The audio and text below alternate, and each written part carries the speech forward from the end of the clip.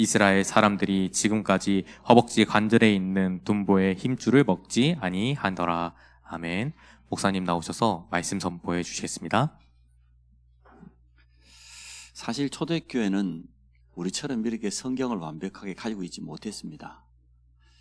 그 시대에는 종이가 발달된 시대도 아니었고, 우리가 잘 아는 것처럼 옛날에 중국의 고대에 보면은 죽관이라고 대나무를 쪼개가지고 거기에다가 글을 써가지고 왕의 문서를 전달하기도 하고 또 역사를 기록으로 남기기도 하고 그렇게 했습니다.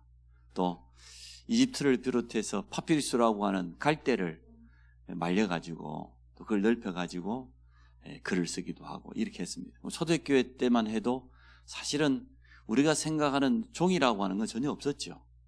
그래서 하나님의 말씀인 성경을 본격적으로 연구하고 기록하는 직분을 서기관이라고 했는데, 그 서기관들은 너무나 이제는 어디다 기록을 보관할 수 있는 게 없으니까 가장 좋은 방법은 동물의 가죽을 늘려가지고 말이에요, 거기에다가 성경 말씀을 기록했습니다. 그래서 성경 말씀 한자 한자를 적는 것이 얼마나 소중한 일이었겠습니까? 그것을 가지고 보관하고 그랬기 때문에 사실은 우리가 생각하는 지금 이러한 성경이 완성된 것이 그렇게 오래된 게 아닙니다. 또 초대교회 바울이 서신서를 보냈던 그 많은 교회들 보면 골로새 교회는 어찌 보면 골로새서 3장 4장 그거밖에 안 되는데 그 편지 가지고도 신앙생활을 했어요. 여러분 상상이 안 되죠. 고린도 교회는 고린도 전후서는 좀 양이 좀 몇 장 되잖아요. 그거 가지고 신앙생활을 한 거예요. 그들이 구약 성경을 다 갖추고 있었냐? 천만에요. 갖출 수가 없어요.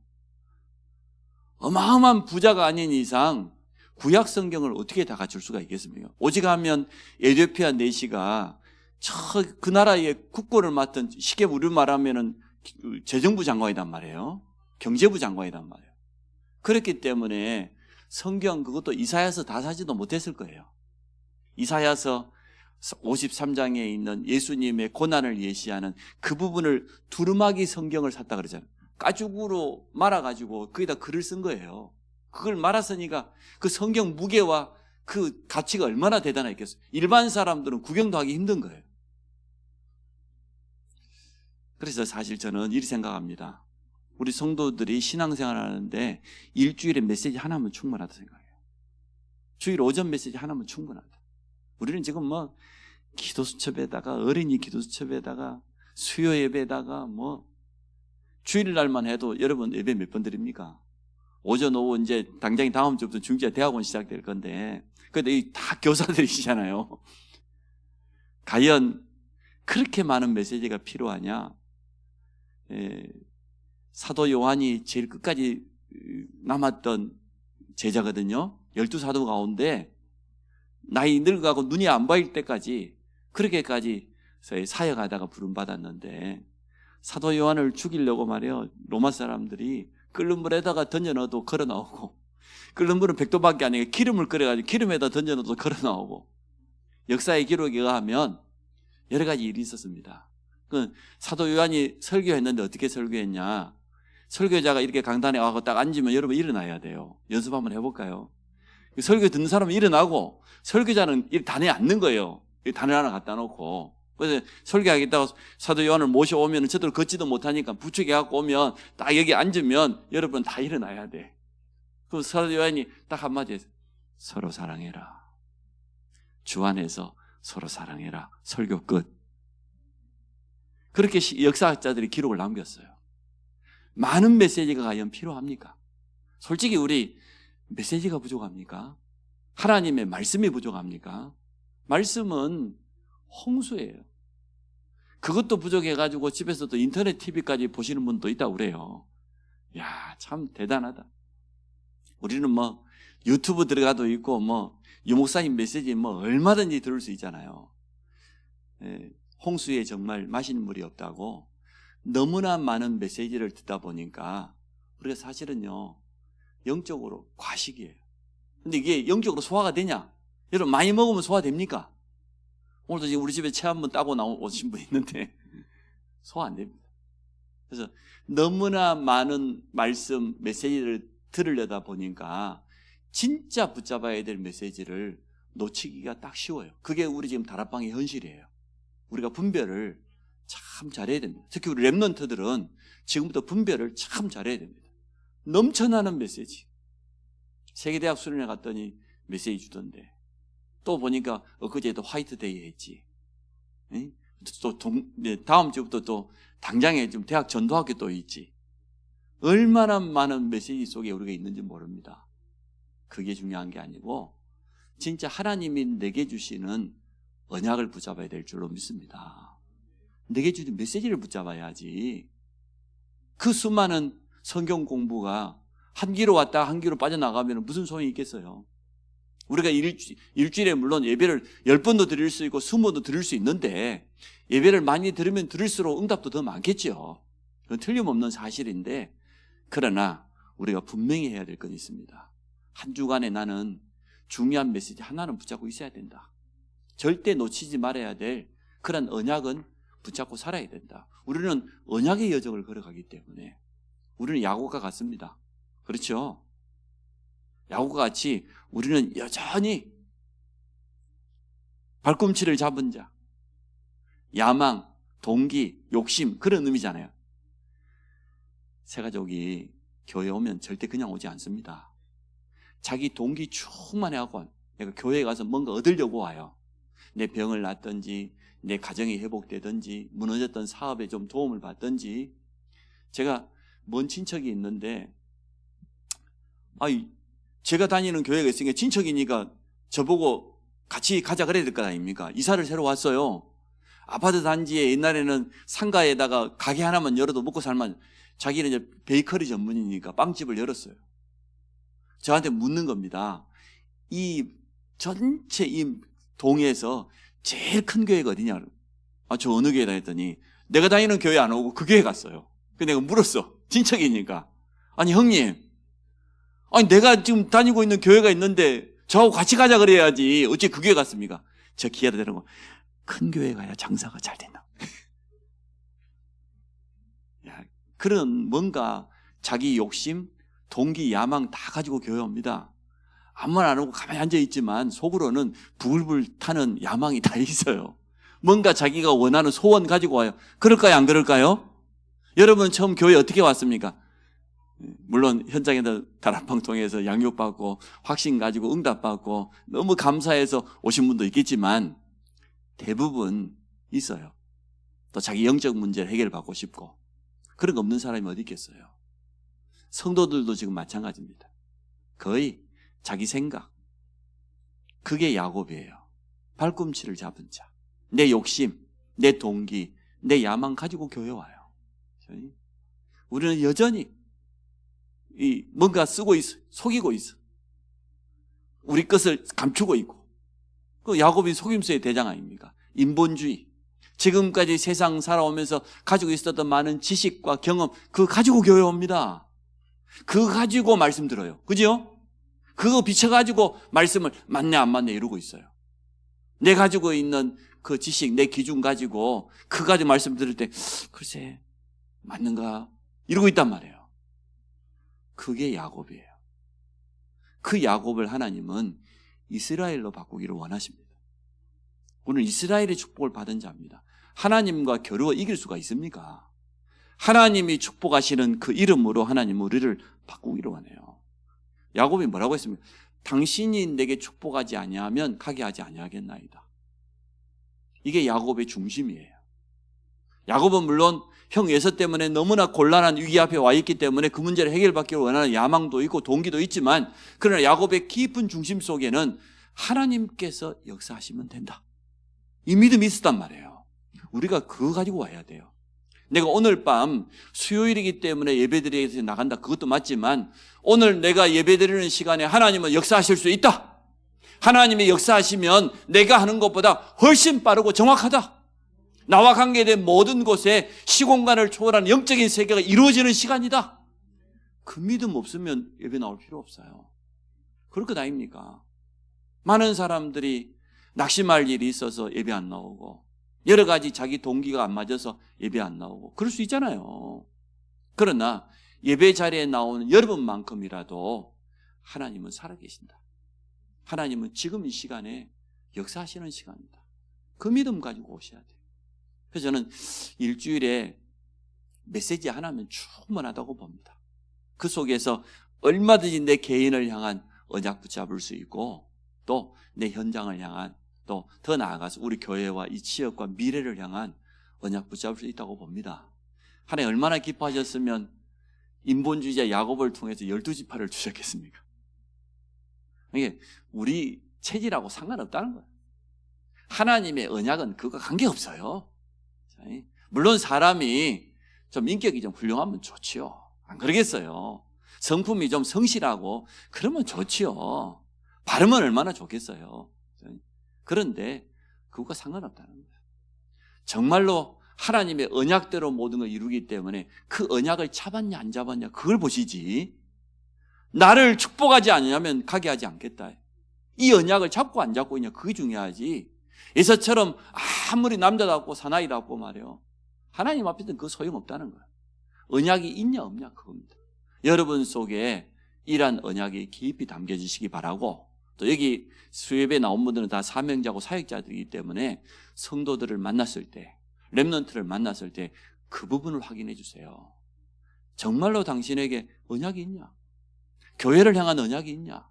당신 사역을 향한 이면 계약이 있냐 말이에요. 그 언약 속에서 흔들리지 않고 있냐? 그거 있으면 돼요. 그거 없으면 이리 흔들리고 저리 흔들리고 그러다 세월 다 가거든요. 그래서 우리는 중요한 순간마다 다시 한번 우리 언약을 점검해보고, 또 렘넌트를 보면은 CVDIP라고 할 수도 있겠죠. 다시 한번 이 부분을 점검해보고 하나님 앞에서 그러한 축복을 여러분 누리시기 바랍니다.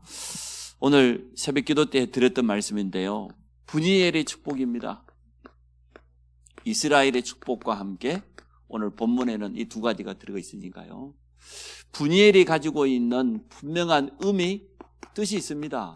하나님의 얼굴, 이란 뜻이에요. 무슨 말입니까? 야곱이 자기 인생의 가장 위기 만난 그때에 하나님을 만났다, 하나님을 대면하였다, 그 말이잖아요. 맞습니다. 우리는 이렇게 돼야 돼요. 사람을 찾아가는 것보다 문제 앞에 서면 문제 속에 빠집니다. 위기만 쳐다보면 마음 빼앗겨요. 그럴 것이 아니고 정말로 우리가 하나님 앞에 서는 시간. 야곱이 이렇게 말했죠. 내가 하나님을 대면하여 보았으나 내 생명이 보전되었다 그러잖아요. 사실 구약의 죄인은 하나님 만나는 순간 죽습니다. 왜? 하나님을 죄인이 만날 수가 없어요. 그러니까 성소와 지성 사이에 검은 휘장을 가려놓은 것 아니에요? 1년에 단 한 번만 대제사장이 7월 14일 속죄일 날, 그날만 들어갈 수 있어요. 그 하나님 만날 수 없어요. 하나님 만나는 순간 죽는 거예요. 오직 하면은 하나님을 대면하고 온 모세의 얼굴이 얼마나 빛이 나고 광채가 났던지 말이에요. 사람들이 두려워 숨었잖아요. 그래서 모세가 손수건을 갖다가 자기 얼굴에 가렸잖아요. 아니, 하나님을 그림자만 보고 왔는데도, 하나님의 얼굴을 보고만 왔는데도 모세에게 이런 역사가 일어났는데, 우리 인간이 하나님을 만났다? 죽는 거예요. 야곱이 내가 하나님을 대면하여 보았으나 내 생명이 보전되었다, 이렇게 고백했지 않아요? 이게 분이엘의 의미입니다. 더 쉽게 설명하면 우리는 날마다 순간마다 하나님을 만나야 될 줄 믿습니다. 우리가 죄인이 하나님 만날 수 없으니까 그리스도께서 오신 것 아닙니까? 그리스도의 십자가의 피로 하나님과 우리 사이를 가로막고 있던 죄의 담을 허무신 줄을 믿습니다. 다 끝내버렸어요. 다 이루었다, 그 말이에요. 우리 사이를 가로막고 있는, 하나님과 원수되었던 우리 사이의 죄의 허물과 담을 다 헐어버렸어요. 누구든지 그리스도 이름으로 하나님 앞에 당당하게 나아갈 수 있습니다. 죄인일수록 하나님 앞에 나가야 됩니다. 여러분, 실수할수록 하나님 앞에 나가야 됩니다. 우리가 연약하고 부족할수록 하나님께 매달려야 됩니다. 그래서 오늘 순간마다 매일마다 하나님을 만나야 된다, 이겁니다. 그래서 이스라엘의 축복을 가진 우리는 구원받은 하나님의 자녀예요. 우리의 신분 아닙니까? 이 신분 때문에 주님이 우리에게 약속하신 게 있는데 보혜사 성령을 너희에게 주겠다. 그것도 영원토록. 성령 하나님의 이름이잖아요. 이름을 생각하면 생각할수록 은혜가 되잖아요. 보자는 보호한다는 의미예요. 해자는 은혜 해자예요. 우리에게 은혜를 주시겠다는 거예요. 성령께서는 영원토록 우리와 함께 하시고 우리를 보호할 뿐만 아니라 우리에게 필요한 모든 은혜와 능력을 주시겠다는, 이 사자는 스승사자, 가르칠 사자거든요. 요한복음 14장 26절에 보니까 진리의 영 성령은 우리를 가르치시고 생각나게 할 것이다. 그것도 모든 것을. 그게 보혜사 성령님의 이름입니다. 이 정도면 다 된 것 아닙니까? 요한복음 16장 13절에 보니까 하나님의 성령은 어떠한 능력이 있습니까? 장래일을 깨닫게 하고 우리를 진리 가운데로 인도한. 아니, 불신자들은 이 미래를 알 수가 없어가지고 무속인 찾아가는데 전혀 그럴 필요 없어요. 성령께서 우리에게 지금도 감동하여 주십니다. 역사하십니다. 이게 하나님을 만나는 거예요.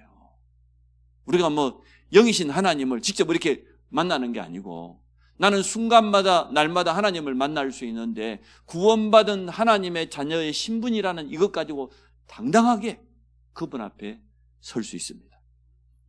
또 주일날 말씀드렸던 것처럼 위기와 문제 앞에 서지 말고 하나님 앞에 서고 하나님의 말씀 앞에 서라.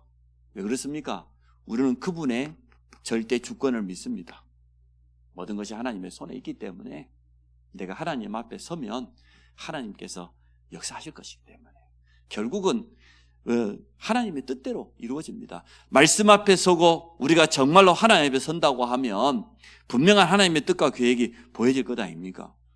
이럴 수밖에 없는 게 우리의 신분도 그렇고 우리의 배경도 그렇고. 자, 그래서 오늘 야곱이 가지고 있었던 믿음입니다. 하나님이 역사하시면 된다. 하나님의 역사를 가로막는 것은 아무것도 없다. 이 믿음을 분명히 가지고 있었습니다. 우리 인생의 모든 문제를 해결하는 가장 빠른 방법, 이게 바로 하나님 앞에 서는 겁니다. 하나님이 역사하시면 된다는 겁니다. 그 증거로 오늘 야곱을 보니까요, 형 에서의 마음을 하나님이 완전 바꿔버렸어요. 밤새 씨름하는 그때 말이에요. 하나님 앞에서 끝까지 믿음으로 고백하고 언약 붙잡고 나가는 야곱이 기도하는 그 시간에, 사실은 씨름이 기도하는 것 아닙니까? 그 시간에 하나님은 야곱의 인생의 문제 다 끝내버렸어요. 400명 군인을 데리고 왔으면 그 에서의 분노를 여러분 짐작하고도 남지요. 누가 그걸 누구를 들었습니까? 하나님이 하셨어요. 야곱이 한 게 아니에요. 야곱이 보낸 선물, 물질적인 거, 우리가 인간적으로 사람을 아무리 잘해줘도요, 그 소용없어요. 하나님의 성령께서 역사해야 될 줄로 믿습니다. 성령의 역사를 누가 맡겠습니까? 여러분, 그 믿음 가지시기 바랍니다. 그래서 물론 우리는 인간적으로 누구나 다 잘해줘야 되고 모든 사람을 보살피고 위로하고 이끌어 가야 됩니다. 그러나 더 중요한 것은 기도부터, 영적인 게 먼저 일어나야 된다고 분명히 말했으니까 기도의 영적인 힘부터, 그것부터 회복하면 우리가 말하지 않아도, 어떤 경우에는 우리가 눈빛만 서로 봐도 통하는 게 있지 않습니까? 성령은 그렇습니다. 자, 혼자 있는 시간, 홀로 남은 야곱이라고 그랬으니까요, 이 시간이 참 필요하고 중요한 시간입니다. 많은 사람들과 있는 시간보다 내가 혼자만의 시간에 그때 하나님을 만나라. 이걸 우리는 다른 말로 하면은 정시 기도, 또 정시 예배, 이렇게 표현할 수 있지 않겠어요? 우리 랩런트 같은 경우는 서밋 타임 이렇게 표현할 수 있잖아요. 제가 랩런트를 한 명 만났는데 청소년이에요. 아침에 서밋 타임 하기 힘들지? 아침에 일어나고 챙겨가지고 학교 가기 바쁘지? 그렇다는 거예요. 그래서 잘 안 된다는, 기술서 분명히 집에 있는데 잘 못한다. 그럴 거야. 그 당연한 거야. 나도 못할 것 같아. 응? 밤에 해야 돼. 밤에 주일날 우리 준목님이 한 청소년 메시지 한번 읽어보고 그리고 기도처 한번 읽어보고 그 가운데서 내 마음에 딱 와닿는 한 단어만 붙잡아도 돼. 그거 마음에 담고 잠들면 돼. 제가 전에 설명했지 않습니까? 어려운 수학 문제가 있는데 똑같이 10명 두 그룹을 나눈 겁니다. 수준이 똑같아요. 그런데 한쪽 그룹에는 10문제를 잠자기 전에 문제만 보게 풀지는 못하고 문제만 딱 10문제 보게 하고 잠자라고 그랬고 이쪽에는 그냥 잤어요. 그 다음날 똑같이 시험을 쳤는데 놀라운 결과가 나왔어요. 수준이 똑같은데 저녁에 그냥 풀지도 못하고 문제만 보고 잔 사람은 거의 문제를 다 풀었어요. 그런데 처음 본 사람은 그러지를 못했어요. 놀라운 일입니다. 우리가 잠자고 있는 순간에도 뇌는 활동할 수 있다는 거예요. 내가 하루 종일 서 있는 건 아니잖아요. 수면에 한다고 해서. 우리가 잠자기 전에 하나님의 말씀을 조금 묵상하고 쳐다보면 봤어요. 근데 그게요, 놀라운 일이 있어요. 밤새도록 하나님은 우리를 통해 역사하시기 때문에. 그래서 그 랩런트 그랬어요. 그러지 말고 저녁에 잠자기 전에 5분만 봐, 5분만. 응? 주보 있잖아, 주보. 주보 한번 읽어보고 이해될 때까지 일주일에 그래도 월요일부터 금요일까지 매일 읽어보면 뭔가 와닿는 게 있을 것 아닙니까? 그리고 기도수첩 힘들면 하지 말고 혹시나 기도수첩 할 마음이 있으면 한번 읽어보고 그래. 할 수 있는 걸 해야지. 그래서 사실 혼자 있는 시간, 서밋 타임이 꼭 아침에 해야 될 필요가 뭐 있습니까? 저녁 시간이 훨씬 여유 있고 좋을 거잖아요. 렘넌트의 서밋 타임, 또 우리 개인이 정시 예배드리는 그 시간에 어쨌든 마음에 들든 안 들든 강단 말씀 중심으로 이렇게 해요. 우리가 혼자만의 시간에 쉽게 말하면 가장 집중할 수 있는 그런 시간이 안 되겠습니까? 야곱이 지금 끝까지 하나님 앞에 집중하는 모습을 보여주는 걸 봅니다. 특히 우리는 예배와 특히 하나님의 말씀을 통해서 예배 시간은 어떤 시간입니까? 하나님을 만나는 시간이 바로 예배 시간 아닙니까? 요한복음 4장 24절에 보면 지금도 하나님은 영으로 계시는데 예배하는 자를 찾고 계시다고 그랬어요. 그것도 성령과 진리로. 우리가 가장 성령 충만 받을 수 있는 시간이 예배 시간이고 또 예배 시간에 가장 성령 인도를 잘 받아야 돼요. 많은 예배 순서를 맡은 예배위원들이 있습니다. 찬양대, 성가대도 있고 대표 기도자도 있고 그것도 있지만 이 전체를 놓고 우리가 성령의 세비라 인도받으면서 예배 드리고 나면은 진짜 답이 날 만큼 이렇게 여러분이 축복받으시기를 바랍니다. 말씀을 통해서 하나님을 만나는다는 것은 하나님의 음성을 듣는 시간이지요. 설교로 들어가지고는 절대로 바뀌지 않습니다. 하나님이 내게 말씀하시는 그 음성으로 들어야 그때 일이 되시는 겁니다. 음성으로 듣는다 그 말은 더 나아가면 이 속에서 하나님의 뜻, 하나님의 계획을 발견했다 그 말이죠. 이렇게 되어져야 돼요. 그러면 이제 되는 거죠. 불신자는 답답해가지고 아까 제가 말한 것처럼 어디 찾아가는데 성도는 그럴 필요가 없는 것이 한 번도 빠짐없이 하나님은 미리 우리에게 말씀을 통해서 깨닫게 하시고 그 길을 걸어가게 하시고 언약 잡은 자에게 성취하심을 믿습니다. 우리는 이 믿음을 가지고 있습니다. 요즘 가장 지금 강조하는 게 묵상 시대를 열어랍니다. 묵상의 반대가 명상 아닙니까? 명상은 어찌 보면 나 중심인데 더 깊이 들어가면은 결국은 네피림인데 묵상은 주인을 바꾸는 거예요. 정말로 그리스도가 주인되고 말씀이 우리의 영과 모든 걸 사로잡는 이러한 축복을 우리가 누려봐야 되겠습니다. 아침 시간에도 물론 가능하다고 하면 참 좋겠지요. 아침 시간에 힘을 얻는 그런 모든 것을 회복하는 시간. 그게 아침 시간. 낮에는 우리가 참 바쁘게 살아가지만 우리가 가지고 있는 이 축복을 서로 전달하고 나누는 그런 시간이기 때문에 낮에 우리가 잠깐 기도하는 그 시간을 뭐라고 표현했냐 그러면 이번에 나온 메시지가 그렇습니다. 삶을 누리는 기도라고 했는데 모든 것이 응답으로 바뀌는 시간이라고 그랬어요. 그리고 밤 시간에 치유를 놓고 집중하는 그 시간. 이걸 뭐라고 표현했냐? 운명이 바뀌는 시간이다 그랬어요. 목사님. 참 표현을 잘했죠. 모든 것에 답을 찾는 시간, 내 자신을 치유하는 그 밤 시간이 운명이 바뀌는 시간이다.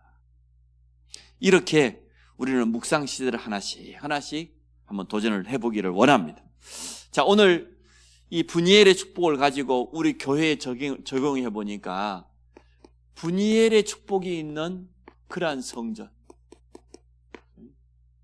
이걸 우리 회복하기를 원합니다. 어떠한 축복입니까? 이방인들이 와서 하나님을 만나는 이방인의 뜰이 회복되는 성전. 이방인들과 하나님 만나야 안 되겠습니까? 사도행전 2장 9절로부터 11절에 보니까 15나라의 이방인들이고 디아스포라들이 와가지고 마가다라방에서 성령 충만 받는 그 시간, 거기에 참여했다는 거예요. 아니, 사도행전 8장 26절 40절에 보니까 에티오피아 내시가 어디를 찾아갔습니까? 성전을 찾아갔어요. 예루살렘 성전에 갔는데 이방인의 뜰이 없어. 이방인들이 와서 예배드릴 장소가 없어. 오로지 장사밖에 안 해. 장사. 그러니까 에티오피아 내시가 두루마기 성경 하나 사가지고 갔잖아요. 이방인의 뜰이 사라져버렸어. 그 이방인의 뜰에서 장사하고 있었으니까 참 안타깝죠. 우리 성경이 우리에게 지금 중요한 교훈들을 하나씩 알려주고 있습니다. 여러분 잘 알고 있는 사도행전 9장입니다. 1절로 45절에 고넬료라고 하는 이방인이 돌아왔지 않습니까? 이러한 이방인의 뜰이 하나님은 회복되기를 원한다. 이방인들, 저 단민족들이 와서 복음 받을 수 있도록. 그래서 언어권에 뭔가 언어의 이 중요한 달란트 가지고 있는 분들은 그거 전부 사용해야 돼요. 그거 사용해서 진짜 이방인들이 복음 받을 수 있도록. 결국은 이들 가운데 우리는 목표를 여기다 두죠. 제자 한 사람. 한 사람의 제자만 나오면 되니까. 두 번째, 기도의 뜰도 맞지만 치유죠. 치유의 뜰, 기도의 뜰. 이것이 있는 그러한 분이엘의 축복이 있는 성전을 우리가 회복하기를 원합니다. 시달리는 사람들 너무 많습니다. 그렇죠? 영적 문제로 또 이렇게 삶의 무게가 너무 무거워서 현실 문제 앞에서 무너지고 있는 사람들 너무나 많습니다. 혼자 있는 시간에 말 못할 갈등과 고민 속에 빠져 있는 사람들 너무나 많이 있습니다. 점점 더 깊어져 가고 답을 안 주면 네피림병으로 빠져서 완전히 이용당할 수밖에 없는데, 여기에다가 우리는 분명한 답을 주고 치유의 역사를 체험해야 되겠습니다. 어쨌든 우리는 영혼부터 치유해야 되죠. 예수 생명 가지고 영을 치유하고, 또 마음과 생각은 진짜 예수 능력, 참된 평안이 그에 임하고 말이에요. 나중에는 삶까지도 치유되어지는, 성도들이 가지고 있는 가장 큰 세 가지가 뭡니까? 무능, 무기력, 렘넌트에게까지 있어요. 당연히 무능하니까, 무기력하니까 가난이 찾아오죠. 그러면 계속 무능하면 질병이 찾아올 수밖에 없잖아요. 결론은 뭡니까? 전도와 전혀 상관없는 그런 삶을 사는, 이 성도의 세 가지 문제 아닙니까? 이 부분 치유해야 됩니다. 일단은 병든 자, 시달린 사람도 치유해야 되겠지만, 우리 성도들 가운데서 정말 좀 부끄럽지만 개인이 가지고 있는 여러 가지 건강, 경제, 가정 치유해야 됩니다. 살려내야 됩니다. 저는 많은 성도들이 참 증인이라고 생각해요. 굉장히 많은 치유의 응답들을 우리가 받았다고 생각해요. 이제 그것을 발판 삼아서 여러분 증인으로 서시기를 바랍니다. 정말로 여기에 증거 가지고 있는 분들이 편안하게 간증한다고 하면 그 어떤 설교보다 아마 더 힘이 있을 건데요. 상대편에는 훨씬 편하게 정확하게 전달될 수 있기 때문에 저는 기도의 뜰, 치유의 뜰 할 수 있다고 봅니다. 우리가 의사가 없고 전문의가 없지만, 그러나 근본적으로 보면은 창세기 3장 문제 아니겠습니까? 여기서 파생되어 있는 많은 개인 가정의 어려움들을 우리는 복음 가지고 우리가 회복된 증거가 있으니까 이거 가지고 살리기를 원합니다. 세 번째, 후대의 뜰. 이게 진짜 분이엘의 축복을 담은 성전이라고 생각합니다. 하나님을 만나는 성전. 하나님을 만났을 때 모든 것이 치유되는 성전. 우리 후대들을 하나님이 원하시는 그 자리로 이끌어주는 그러한 뜰이 회복되어야 될 줄로 믿습니다. 결국은 하나님이 주신 힘으로 그렇게 모든 걸 해야 안 되겠습니까? 학업도 하고 또 하나님이 준비하신 나의 것 분명히 있기 때문에 달란트라고 말할 수도 있겠고 이 속으로 우리 렘넌트들이 인도받기를 원합니다. 다윗이 혼자 있는 시간에 승리했어요. 양식이었는데 시편 78편 70절 72절에 보니까 두 가지를 가지고 있었는데 한 손에는 하나님을 향한 성실한 믿음, 다른 한 손에는 이 양치기라고 하는 이 공교한 손의 기능, 믿음과 기능 두 가지, 우리 렘넌트들을 이 두 가지를 우리가 심어주기를 원해요. 그래야 237 현장에 갈 수 있으니까 이 세 가지가 분이엘의 축복이 담겨있는 성전이라고 봅니다. 우리는 이것을 놓고 앞으로 기도하면서 인도받으려고 합니다. 우리 성도님들도 정말 기도해 주시기 바랍니다. 차근차근 급할수록 천천히 정확하게 하나씩 아마 이것 하지 못하도록 방해가 많이 있을 겁니다. 담력 가운데 여러 가지 일도 일어날 것이고 그래서 우리는 그러한 영적인 부분을 보고 그러나 가장 중요한 것은 언약이기 때문에 언약 붙잡고 하나 되어서 끝까지 인도받기를 주의 이름으로 축복합니다. 우리 같이 한번 기도합시다. 분이엘의 축복이 담겨있는 성전 회복의 주역으로 내가 쓰임받게 하여 주옵소서. 이번 주부터 시작되는 우리 이방인의 뜰, 우리 사역자들 중요한 기도 제목 가지고 모일 때 하나님께서 역사하여 주시고 이어서 기도 치유의 뜰, 우리 렘넌트 뜰까지 인도받으며 그 가운데 나의 뜰을 우리 모든 성도들이 확정할 수 있도록 우리 합심을 한번 같이 한번 기도합니다. 하나님, 야곱이 분이엘의 축복을 체험했던 것처럼 우리는 순간마다 날마다 하나님을 만나고 하나님이 위에서 주시는 보좌의 능력을 체험하기 원합니다.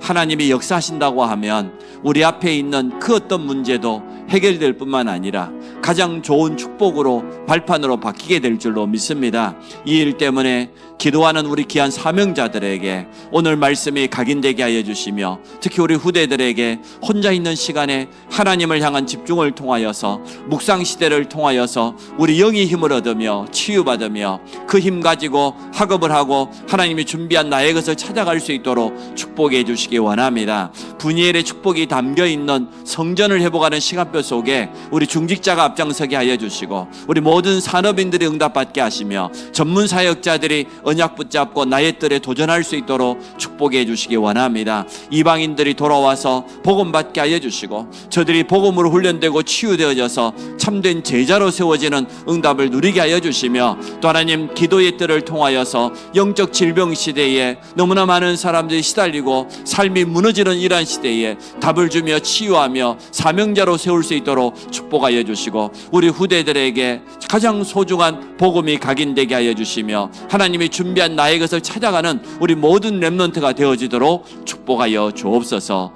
예수 그리스도 이름으로 기도합니다. 아멘.